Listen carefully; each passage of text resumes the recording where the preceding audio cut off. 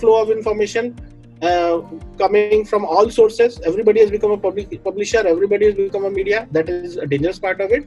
But yes, it has also played a digital era has also played a very important role in the overall awareness and education around this pandemic.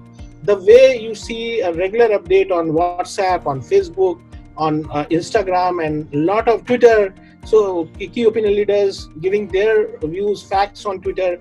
Even the ministry coming and giving their press conferences or briefings mostly online. A tweet by a health minister or the health secretary. That's quite enough to send a message across the country. One small video by a RPM is quite enough to send the whole message and motivate the whole country to fight a situation like COVID. So Atul sir, just briefly from your side.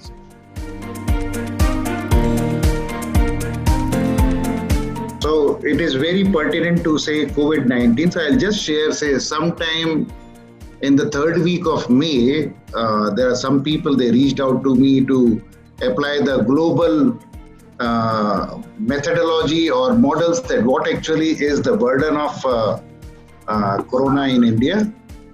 And when we use that, applying all that RR rate and then death rate and that reporting the way it has happened, the diagnostic at its speed it has happened per million, we estimated that there were more than 5 million patients in the third week of May. So the number which we see, I personally feel is still are the tip of that iceberg. The situation could actually be much more serious. Now, coming back to the question raised by Swadeep, that there is a overflow of communication is happening across channel, especially all digital possible channels. And there are all kind of informations are coming like credible versus like non-credible information. The problem comes now with the audience where this communication is thrown. How to differentiate and distinguish between credible versus non-credible communication. And that creates the hell lot of like chaos. And therefore, I think it is a time like where the people with that expertise of medical and public health need to simplify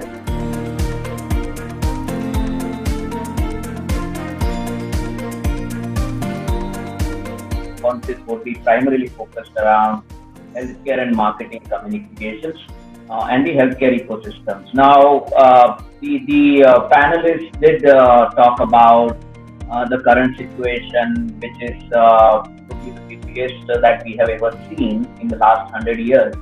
And interestingly, the progression is still unknown. We do not know the extent of the threat of the disease moves forward, and that is leading to tremendous amount of pressure on the healthcare systems across the countries and across the states in India, which may be at different stages of the pandemic progression. Let's also keep in mind that the treatment pathway has become a lot more complex and cumbersome, because now, the hospitals or healthcare sector has to think about the diagnosis, treatment of the condition, tracing epidemiological recordings, as well as importantly communicating to various stakeholders. And within the healthcare system, if you start looking at HCPs, there are some HCPs which are extremely busy, and as marketers need to communicate to them, they have to be mindful about their situation and what to communicate. When we talk about the customer behavior, which is key to marketing communication, it is important that we recognize that there is a huge amount of transition and shift that we are seeing in the way the products are being consumed, or even the content is being consumed. Something that we had seen, being pushed over last 25 years, at least from a corporate standpoint, that, we had been talking about going digital for last 25 years, but there was not much of action over there. Has suddenly become a lot more reality over the last 6 months.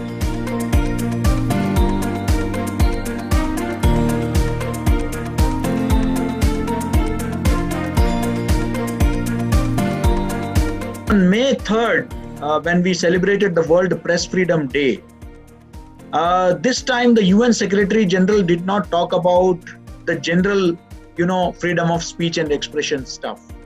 In fact, his message was, as the COVID-19 pandemic spreads, it has also given rise to a second pandemic of misinformation, from harmful health advice to wild conspiracy theories. The press provides the antidote: verified, scientific, fact-based news and analysis. Now, this was the message of the UN Secretary General. In fact, infodemic is something which we have been dealing with. And what exactly is an infodemic? Infodemic is an abundance of information about the coronavirus, which makes it hard to find trustworthy sources and reliable guidance. Now, this is the big issue today facing media. Please remember, there has never been so much of exposure to media, in our lives. We are all locked down in our houses, in our homes, and we are working from home. We are, studying from home, and our only exposure to the outside world is the television, the radio, the mobile phones.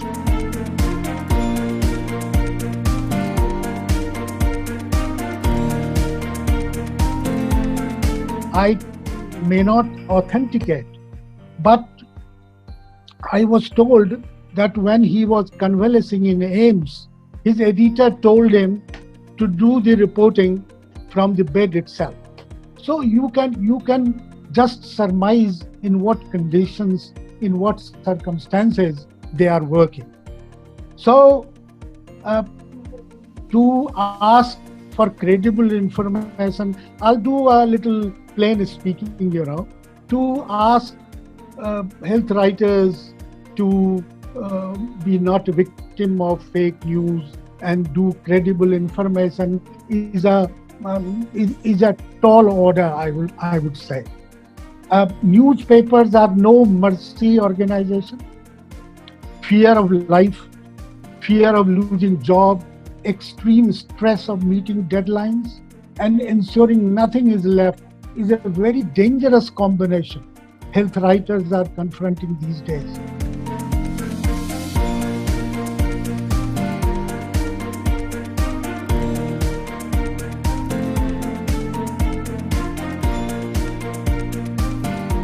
So, Ministry of Corporate Affairs on 23rd March came out with a clarification that any CSR spend activity now will be considered as a legal CSR activity.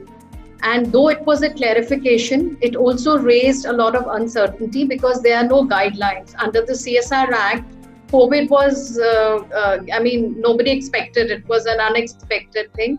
But so it benefited a lot of companies who had not done major CSR. They started spending on CSR. But specifically on the challenges, what happened that all companies who do CSR had existing campaign. And the biggest challenge was that how to do the budget balance divide, because you cannot stop your existing campaigns. And most of the, organizations in India do spend on health care. So this is one of the challenges that, you need, it's a social responsibility to do a CSR spend on COVID, but you cannot put hold. So the balancing is a big challenge. Then also, as you know, all CSR activities have to be measurable. You have to have a sustainability report at the end of each project. It has to be audited.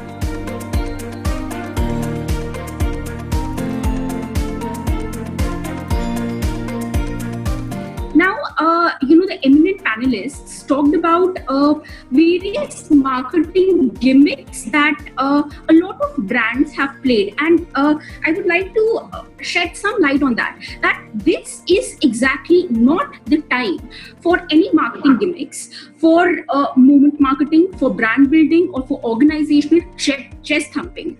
In fact, the kind of communication that we must come forward with at this point in time should be very, very empathetic.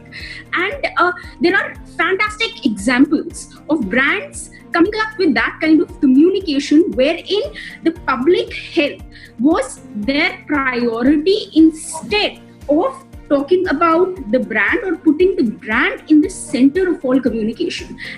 नाई के, हलवाई के, 1, 2 और 2.5 के, सबके कानों पर एक जिम्मेदारी है और वो जब जब घर से बाहर जा रहे हैं उसे बखूबी निभा रहे हैं। आप मास्क क्यों नहीं लगा रहे? जनहित में जारी। Now you see videos like this, when all the communication professionals are facing an issue, we cannot venture out, we cannot create, we cannot shoot videos or PSAs. Information like this can be very easily created from the comfort of our home, and it doesn't take all that long. So what we need to have is a good insight. Yeah, so first foremost, I think seeking consent is very important, especially when you're talking to professionals, because what happened, once the lockdown was announced, medical reps could not meet the doctors, and we started bombarding them with a lot of webinars and unsolicited content.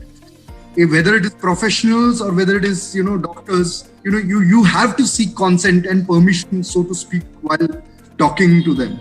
The second thing which resonated, if we could go to the like this, and I think panelists in different ways and means have said, they are talking about point number 2, which is avoid opportunity. I think we should not use this as an opportunity to talk about brands or give brand messages and try to make the best out of the situation. It doesn't resonate very well. The third point is video first. I think we had a lot of people talking about it. Dr. Jayesh Srivastava spoke about it.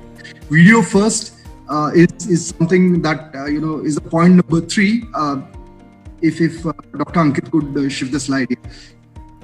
Point number 4, which is coming across, is that identify relevance. Point number 4 is identify relevance, and because whatever you communicate, it has to resonate, it has to be relevant to the public which is receiving the communication. And fifth, but not the least, last but not the least, is you have to display solidarity. So in a way, if you were to, Ankit, if you could show slide number 6. So this is the rule that we follow at our organization, which is, COVID, we call it COVID, consent to be taken, opportunism to be avoided, go video first as much as you can, as, identify relevance of your brand to the particular situation and display solidarity. So this is the framework that we at FCB Health that we are using. And if we tick all the boxes with consent, opportunism, video first, identification of relevance, and displaying solidarity, that's a communication which we feel would probably work the best. Proper personal communication nahi ja raha, where these are the people who live daily, they are daily wagers. Unka daily wage band ho gaya, they have no money, there's so much of insecurity. So when there is already a fear psychosis there, then it is very intelligently we need to communicate in their language, in their local language. In some of the places we have done sign language, we have done Nukkad Nataks through certain organizations who are helping us. I'm working on a proposal for UNICEF in Rajasthan. There people, through puppets, we are doing storytelling through puppets and telling people what to do.